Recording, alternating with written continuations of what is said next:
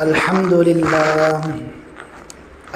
لله نحمده ونستعينه ونستغفره ونؤمن به ونتوكل عليه ونعوذ بالله من شرور أنفسنا ومن سيئات أعمالنا من يهده الله فلا مضل له ومن يضلله فلا هادي له ونشهد أن لا إله إلا الله وحده لا شريك له ونشهد أن سيدنا وسندنا ومولانا محمدا عبده ورسوله أرسله بالحق بشيرا ونذيرا وداعيا إلى الله بإذنه وسراجا منيرا أما بعد أعوذ بالله من الشيطان الرجيم بسم الله الرحمن الرحيم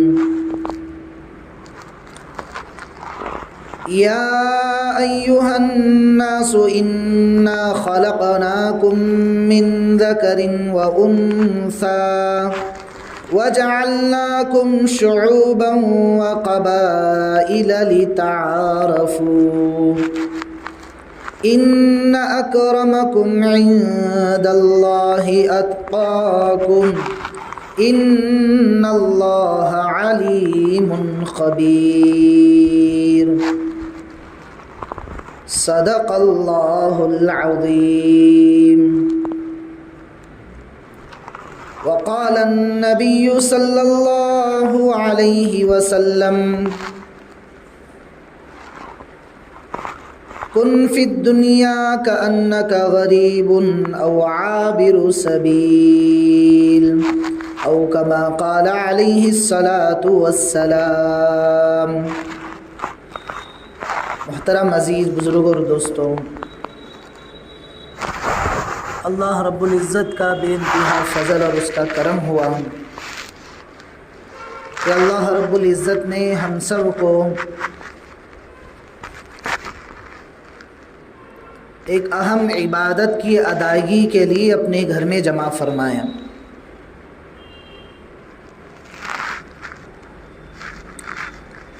عزیز بزرگوں اور دوستوں،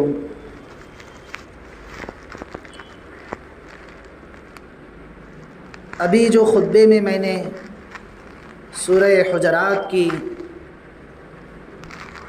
آیت کریمہ تلاوت کی ہے،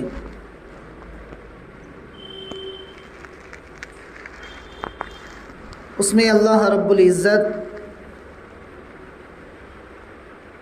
یہ فرماتے ہیں، یا ایھا الناس، اے لوگوں، انا خلقناکم من ذکر و انثی، ہم نے تمہاری پیدائش ایک مرد و عورت کے ذریعے سے کی ہے، وجعلناکم شعوبا و قبائل، اور ہم نے تمہارے اندر الگ الگ خاندان بنائے، قبیلے بنائے، اس وجہ سے بنائے کہ لتعارفوا، کہ ہم آپس میں ایک دوسرے کی پہچان کر سکیں۔ ان اکرمکم عند اللہ اتقاکم، پیدا تو ہم نے تم کو ایک مرد و عورت کے ذریعے سے کیا، اور تمہارے اندر آپس میں پہچان ہو سکے، ایک دوسرے کا تعارف ہو سکے، اس وجہ سے ہم نے تمہارے اندر خاندان بنائے، قبیلے بنائے، اور کسی کو کسی خاندان میں پیدا کیا، کسی کو کسی قبیلے میں پیدا کیا۔ لیکن حقیقت یہ ہے کہ نہ کسی خاندان کی نسبت کی وجہ سے نہ کسی خاندان میں پیدائش کی وجہ سے آدمی اللہ کے یہاں معزز بنتا ہے، نہ عورت اللہ کے یہاں معزز بنتی ہے، قابل قدر بنتی ہے، بلکہ ان اکرمکم عند اللہ اتقاکم، اللہ کے یہاں معزز ہونے کا، قابل قدر ہونے کا جو تھرمامیٹر ہے وہ یہ ہے کہ آدمی تقوی والی زندگی اختیار کرے، پرہیزگاری کی زندگی اختیار کرے، نیکی کی زندگی اختیار کرے، نمازوں والی زندگی اختیار کرے اور اعمال صالحہ کی زندگی اختیار کرے۔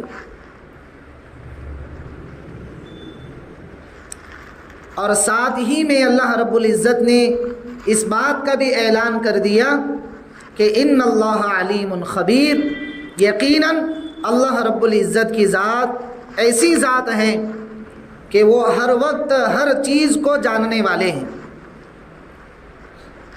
اور ہر انسان کی ہر حالت سے اور دنیا کی ساری چیزوں سے اور جتنی بھی اللہ رب العزت کی مخلوقات دنیا میں اللہ نے بنائی ہیں ان تمام مخلوقات کے حال سے باخبر ہے۔ کیا ہے؟ باخبر ہے، ہر چیز کو جاننے والے بھی ہیں اور ہر چیز سے باخبر بھی ہے، یہ اللہ رب العزت کی ذات ہے۔ اسی طریقے سے میں نے آپ کے سامنے شروع خطبے میں ایک مختصر سی حدیث مبارکہ آپ کے سامنے پڑھی ہے، جس کو بعض لوگوں نے حضرت ابن عمر رضی اللہ عنہ کا مقولہ بھی نقل کیا ہے کہ جس کا مفہوم یہ ہے کہ کن فی الدنیا کأنک غریب، ہم دنیا میں ایسے رہیں جیسے اجنبی رہتا ہے، او عابر السبیل، یا جیسے مسافر رہتا ہے۔ مسافر کسی گاؤں میں کسی شہر میں چلا جائے تو وہاں اس کا جانا یہ مستقل رہنے کے لیے نہیں ہے، بلکہ وہ سفر کی نیت سے جا رہا تھا اور اس گاؤں میں اس شہر میں تھوڑی دیر کے لیے ٹھہر گیا۔ لیکن مسافر کی اصل منزل جو ہے وہ منزل جس کا ارادہ اور جس مقصد کے لیے اور جس منزل پر پہنچنے کے لیے وہ نکلا ہوا ہے وہ اس کی اصل منزل ہے۔ میرے عزیز بزرگوں اور دوستوں، اللہ کے نبی صلی اللہ علیہ وسلم اس حدیث مبارکہ کے ذریعے سے ہمیں یہ سمجھا رہے ہیں کہ ہماری بھی جو اصل منزل ہے وہ دنیا نہیں ہے، ہماری اصل منزل جو ہے وہ آخرت ہے۔ ہمارا اصلی گھر جو ہے وہ آخرت میں ہے اور وہ جنت ہے۔ میرے عزیز بزرگوں اور دوستوں،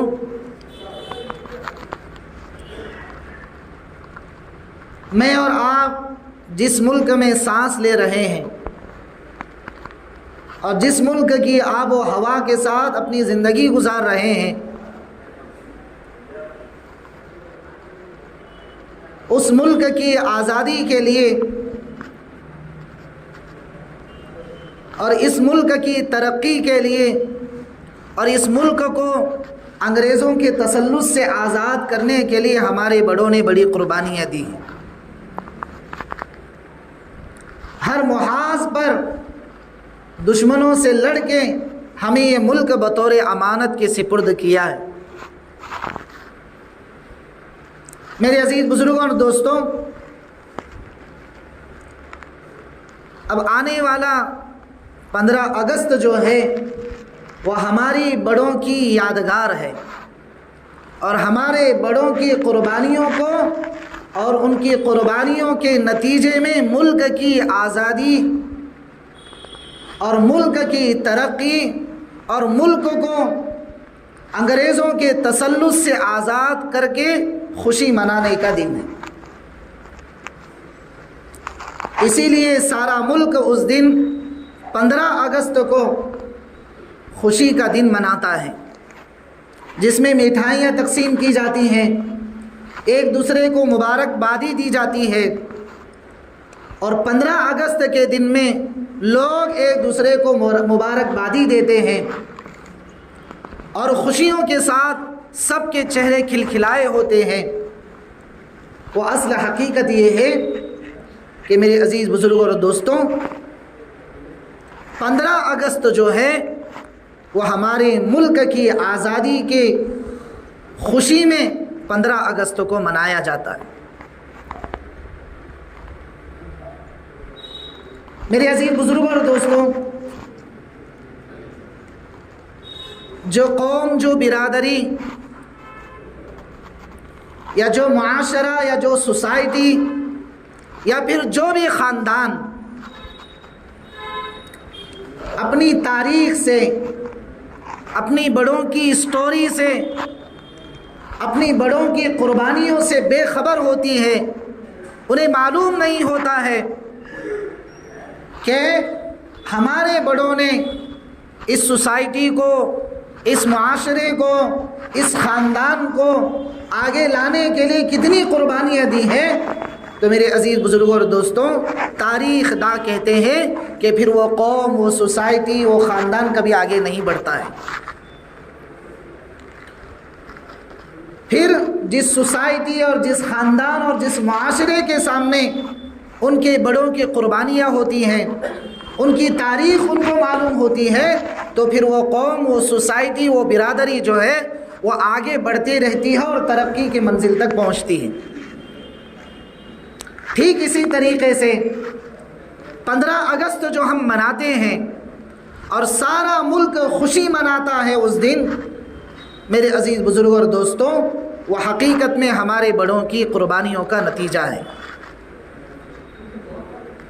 کہ جنہوں نے ملک کی آزادی کے لیے، ملک کو انگریزوں کی تسلط سے چھڑوانے کے لیے، میرے عزیز بزرگوں اور دوستوں، ہمارے بڑوں نے کچھ تو کالا پانی کے قید و بند میں چلے گئے اور کچھ لوگوں کو انگاروں پر گھسیٹا گیا، اور ہمارے کچھ بڑوں کو سولی پر لٹکایا گیا، اور ہمارے بڑوں کو چٹائیوں میں لپٹ کر کے آنکھ کا دھواں دیا گیا، اور کچھ لوگوں کو طرح طرح کی اذیتیں دی گئی۔ ہوا اصل یہ تھا کہ جب ہمارا یہ ملک سونی کی چڑیا کہلاتا تھا اور یہاں ترقی کے لیے ہر طرح کے وسائل موجود تھے، باہر سے لوگ یہاں آ کر، باہر کی کنٹریز کے لوگ یہاں آ کر، باہر کے ملک کے لوگ یہاں آ کر اپنی تجارت میں کامیابی حاصل کرتے تھے۔ اس طرح کا اللہ نے ہمیں ملک دیا تھا، اور یہاں باہر سے لوگ آ کر اپنی تجارتوں میں ترقی کر کے وہ ایک ترقی کی ایک اونچی منزل پر پہنچتے تھے۔ اس طرح کا ہندوستان اور اس طرح کا بھارت اللہ رب العزت نے ہمیں دیا تھا، لیکن ازل سے یہی چلا آ رہا ہے کہ جہاں اچھا چاہنے والے ہوتے ہیں، اچھی نگاہوں سے دیکھنے والے ہوتے ہیں، وہیں پر کچھ برے لوگ بھی نظر آتے ہیں جن کو اچھائی اچھی نہیں لگتی، جن کو دوسرے لوگوں کی اچھائی ہضم نہیں ہوتی۔ ٹھیک اسی طریقے سے اس ملک میں انگریزوں کا تسلط شروع ہوا، اور سب سے پہلے انگریز جو ہیں وہ جسم کے حساب سے تو گورے ہوتے ہیں، لیکن ان کے دل بڑے کالے ہوتے ہیں۔ وہ سب سے پہلے ہندوستان میں آئے تجارت کی غرض سے، اور آپ کو اپنے بڑوں کی داستان اور تاریخ معلوم ہونی چاہیے کہ وہ سب سے پہلے جس راستے سے ہندوستان میں داخل ہوئے وہ بنگال کا راستہ ہے۔ سب سے پہلے وہاں پر انہوں نے اپنی ایک کمپنی شروع کی اور ہندوستان کی گورنمنٹ سے کہا کہ ہم یہاں پر تجارت کرنے کے لیے آئے ہوئے، لیکن میرے عزیز بزرگ اور دوستوں، اصل ان کا ہدف ہندوستان پر حکمرانی کرنا تھا۔ اس پیارے اور خوشیوں بھرے ملک میں وہ اپنا تسلط چاہتے تھے، اپنی حکمرانی چاہتے تھے۔ اس نیت سے وہ تجارت کے بہانے ملک کے اس کونے پر داخل ہوئے، اور دھیرے دھیرے دھیرے دھیرے وہ تجارت کے بہانے سے ملک کے صوبوں پر اپنا قبضہ جمانا شروع کر دیا، اور دیکھتے ہی دیکھتے ملک میں ایک اکثری حصہ ان کے قبضے میں چلا گیا، اور انہوں نے اپنی منمانی کے ساتھ پورے ملک میں اپنا راج کرنا شروع کر دیا۔ لیکن ہر دور میں، ہر زمانے میں میرے عزیز بزرگوں اور دوستوں، کچھ سمجھدار اور باشعور اور حساس طبقہ ہوتا ہے، وہ موقع کی نزاکت کو جانتا ہے، وہ موقع شناس ہوتا ہے، وہ مردم شناس ہوتا ہے۔ اس طبقے میں سے کچھ لوگوں نے محسوس کیا کہ بھائی اب ہمارا یہ پیارا ملک جو ہے یہ اب انگریزوں کے تسلط میں چلا جا رہا ہے، اور انہوں نے یہ کوشش اور محنت کی کہ کسی بھی طریقے سے ہم اس ملک سے ان انگریزوں کو نکال کر باہر لگا دیں۔ لیکن میرے عزیز بزرگوں اور دوستوں، آپ کو یہ معلوم ہونا چاہیے کہ جب یہ طبقہ محسوس کرتا اس خطرے کو، اس سے پہلے وہ ملک کے اکثر حصے پر قبضہ کر چکے تھے، ان کو نکالنا اتنا آسان نہیں تھا۔ لیکن جیسا کہ میں نے ابھی کہا کہ ہر قوم میں، ہر طبقے میں کچھ حساس اور باشعور اور سمجھدار طبقہ ہوتا ہے۔ انہوں نے میٹنگ اور پلاننگ کی اور مشورہ کیا کہ بھائی ہم میں سے کوئی ایک کھڑا ہو جائے اور ان کے خلاف علم بغاوت بلند کرے۔ تو آپ کو معلوم ہونا چاہیے کہ ہمارے اس ملک کے ایک بہت ہی بڑے بادشاہ سراج الدولہ کھڑے ہوئے۔ کون کھڑے ہوئے؟ سراج الدولہ۔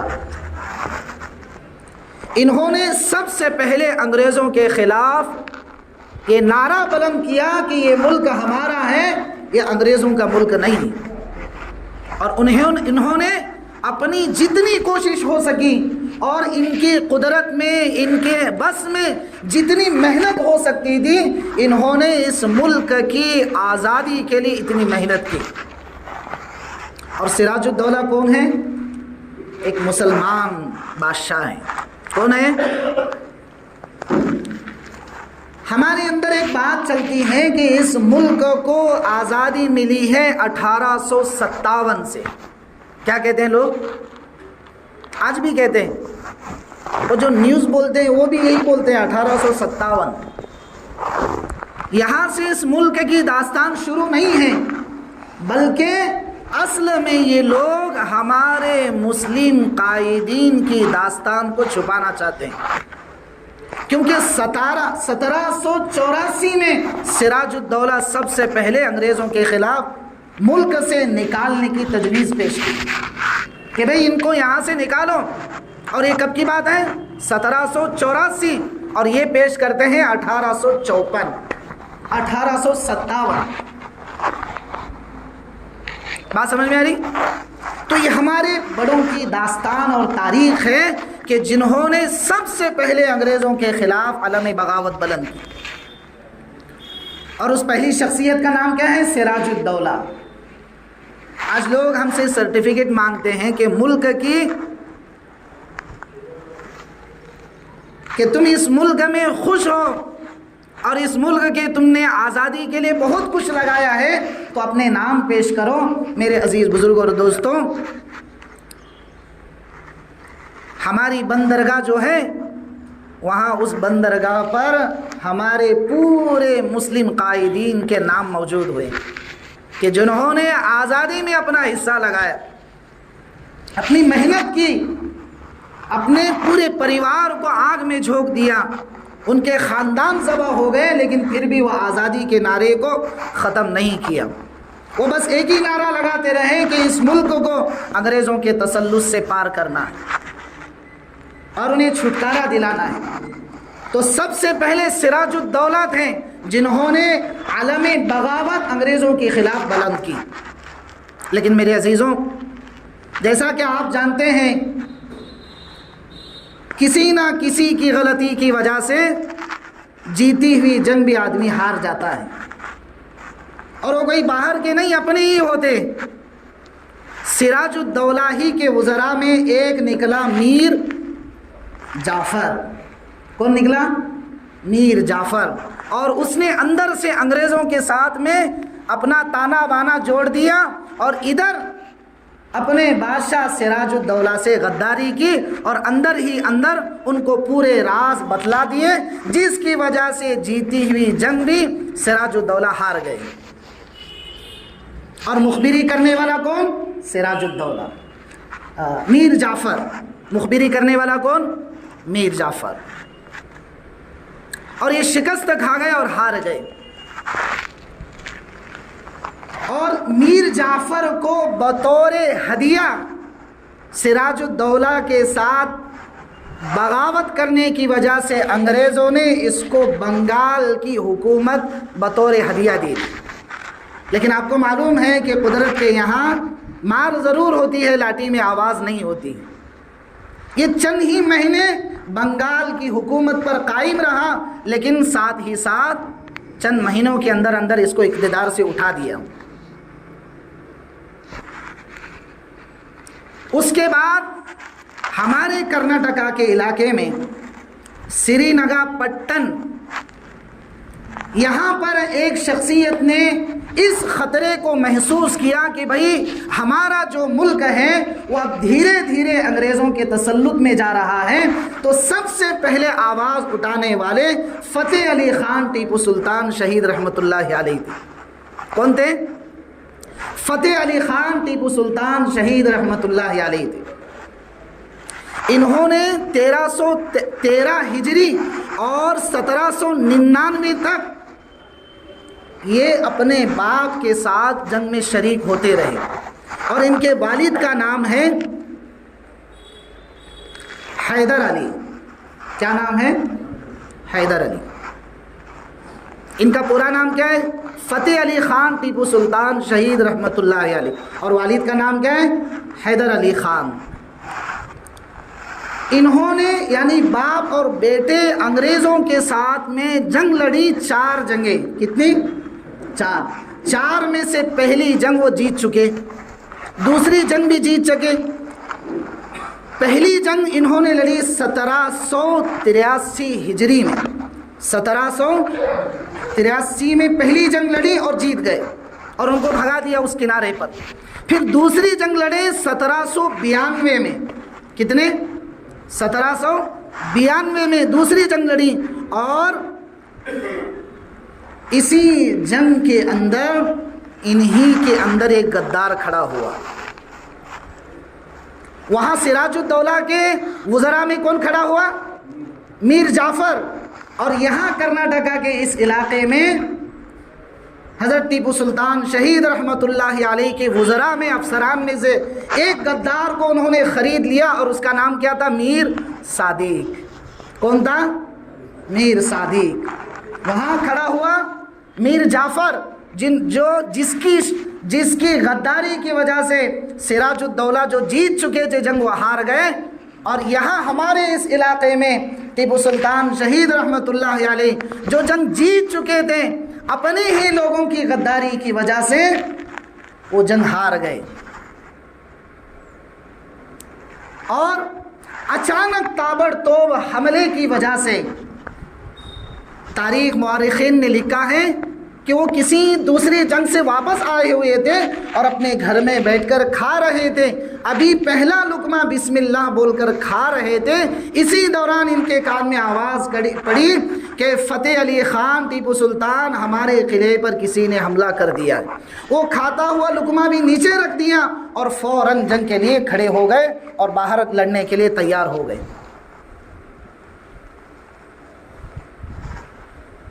یہ میرے عزیز بزرگوں اور دوستوں ہماری بڑوں کی قربانیاں ہیں کہ جنہوں نے اپنا سب لگا دیا ملک کی آزادی کے لیے اور ہمیں 15 اگست کے دن آزادی کی نعمت سے سرفراز فرمایا۔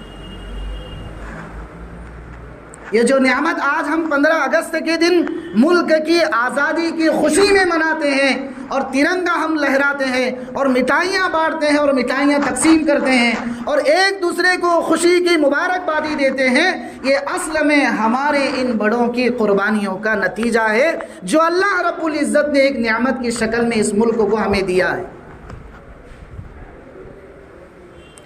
میں آپ کے سامنے تاریخ کے سن ہجری اور سن عیسوی اس لیے رکھ رہا ہوں کہ آج ایک اسکولوں کے نظام میں پڑھایا جا رہا ہے کہ مسلمان اس ملک کے وفادار نہیں ہیں، مسلمان پہلے ہی سے اس ملک کے غدار ہیں، یہ آج پڑھایا جا رہا ہے بچوں کو۔ تو میرے عزیزوں، جیسا کہ میں نے شروع میں یہ بات آپ کو کہی کہ ہماری بڑوں کی قربانیوں ہی سے یہ ملک ہمیں نعمت کے طور پر اللہ نے دیا، اور 1857 سے اس ملک کی آزادی نہیں ہے بلکہ اس سے پہلے جو میں نے آپ کے سامنے یہ تاریخیں نقل کی 1313 ہجری 1799 عیسوی، جس میں فتح علی خان ٹیپو سلطان شہید رحمۃ اللہ علیہ نے 4 جنگیں لڑی، تو میرے عزیزوں ان جنگوں کا تو تذکرہ ہوتا ہی نہیں اور معلوم بھی نہیں لوگوں کو۔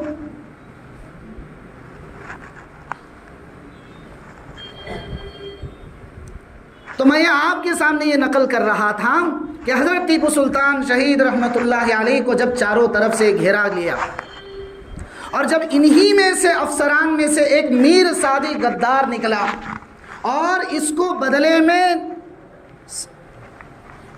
جو انگریزوں نے اس کو بدلے میں ہدیے میں جو ایکڑ زمین دی تھی، وہ کچھ ہی دنوں کے بعد اسی زمین میں وہ بھی بیماری کی وجہ سے مر کر ختم ہو گیا اور وہیں دفن ہو گیا۔ لیکن تاریخ آج بھی یاد رکھی ہوئی ہے کہ ہم نے میرے عزیزوں اس ملک کی قربانی کے لیے، اس ملک کو آزادی دلانے کے لیے اور آزادی کے ساتھ اس ملک میں رہنے کے لیے ہم نے اپنے جانوں کا بھی سودا کیا ہے، اپنی مال کا بھی سودا کیا ہے اور اپنے نور نظر لخت جگر بچوں کو بھی ہم نے اس ملک کی آزادی کے لیے اور اس ملک کو آزاد کرنے کے لیے قربانی کے طور پر پیش کیا۔ اور ہمیں یہ اچھی طرح معلوم ہونا چاہیے کہ اس ملک کی آزادی کے لیے سب سے پہلے عالم بغاوت کرنے والے انگریزوں کے خلاف وہ سراج الدولہ تھے جو مسلمان تھے، یہ کوئی غیر نہیں تھے، مسلمان تھے۔ اس لیے ہم سے وطن کی محبت کے لیے سرٹیفکیٹ کی ضرورت نہیں ہے، بلکہ وہ گیٹ آف انڈیا ہی بتا دے گا جہاں پر ہمارے شہداء کے نام آج بھی لکھے ہوئے ہیں، آج بھی لکھے ہوئے ہیں۔ اور چاہے جتنی بھی کوششوں کے ذریعے سے ہماری تاریخ کو مسخ کرنے کی کوشش کی جا رہی ہو یا کی جاتی رہی پہلے سے، لیکن میرے عزیزوں خون سے لکھی ہوئی داستان کبھی بھولتی نہیں ہے۔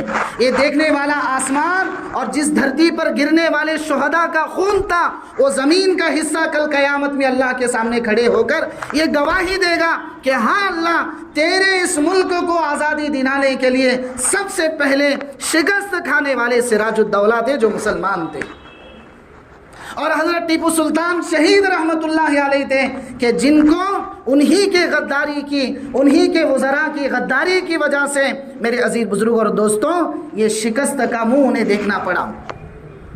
ایک انگریز کا نام ہے ہورلیس، کیا نام ہے؟ ہورس، ایک جنرل تھا وہ اس زمانے میں، ہورس۔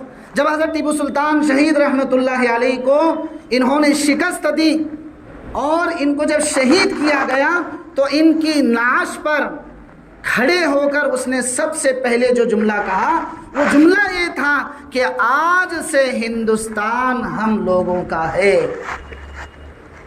جب تک فتح علی خان ٹیپو سلطان شہید رحمت اللہ علیہ کرناٹک کے اس علاقے میں تھے، انگریز اس بنگال کے اس کونے میں تھا، لیکن ان کی دہشت اور ان کا رعب اور دبدبہ اتنا تھا کہ وہ وہاں بیٹھے ہوئے بھی ان سے ڈرتا تھا، اور اسے یہ تصور تھا کہ یہ ملک جب تک ٹیپو سلطان شہید رحمۃ اللہ علیہ ہیں تب تک یہ ملک آزاد نہیں ہو سکتا. اس لیے انہوں نے چال چلی کہ انہی میں سے غدار کو خریدا اور انہی نے انہیں دھوکہ دے کر ان کی جامع شہادت کا ذریعہ بن گیا. اور اس کا نام کیا تھا؟ میر سعدی. اور حضرت ٹیپو سلطان شہید رحمۃ اللہ علیہ نے جو کھاتے ہوئے نوالے کو چھوڑ کر باہر چلے گئے جنگ لڑنے کے لیے، یہ کہتے ہوئے جا رہے تھے کہ گیدڑ کی 100 سالہ زندگی سے شیر کی 1 دن کی زندگی بہتر ہے. کیا کہا؟ گیدڑ کی 100 سالہ زندگی سے شیر کی 1 دن کی زندگی بہتر ہے. اور یہ کہتے کہتے وہ اپنے جتنے بھی وزراء ان کو ساتھ دیا اور افسران نے انہیں ساتھ دیا، ان کو لے کر لڑتے رہے اور آخر کار غداری کی وجہ سے سری نگر پٹن میں یہ جامع شہادت کو نوش کیا اور وہیں پر ان کا انتقال ہو گیا. میرے عزیز بزرگ اور دوستوں، یہ ہماری تاریخ ہے، یہ بڑوں کی قربانی ہے جنہوں نے اس ملک کی آزادی کے لیے سب سے پہلے علم بغاوت انگریزوں کے خلاف بلند کی تھی. اور بھی بہت بڑے نام ہیں اسٹوری میں، لیکن میرے عزیز بزرگوں اور دوستوں، میں آپ سب سے یہ عرض کروں گا، آج کے پرفتن دور میں ہم جہاں اپنے اوقات کا بے شمار حصہ ہم ضائع کرتے ہیں، وہاں پر ہم 10 منٹ نکال کر اپنے بڑوں کی تاریخ کو پڑھنے کی کوشش کریں. اور 15 اگست کے آنے سے پہلے ہمارے دل اور دماغ میں یہ بات ہونی چاہیے کہ ہمارے ملک کی آزادی کے لیے کون اور کتنے لوگوں نے آزادی کے لیے انگریزوں کے خلاف علم بغاوت بلند کی.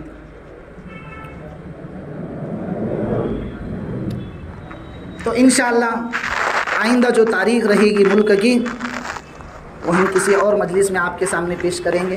اللہ تعالی ہم سب کو عمل کی توفیق عطا فرمائے. جو حضرات سنت نہیں پڑھیں وہ سنت سے فارغ ہیں.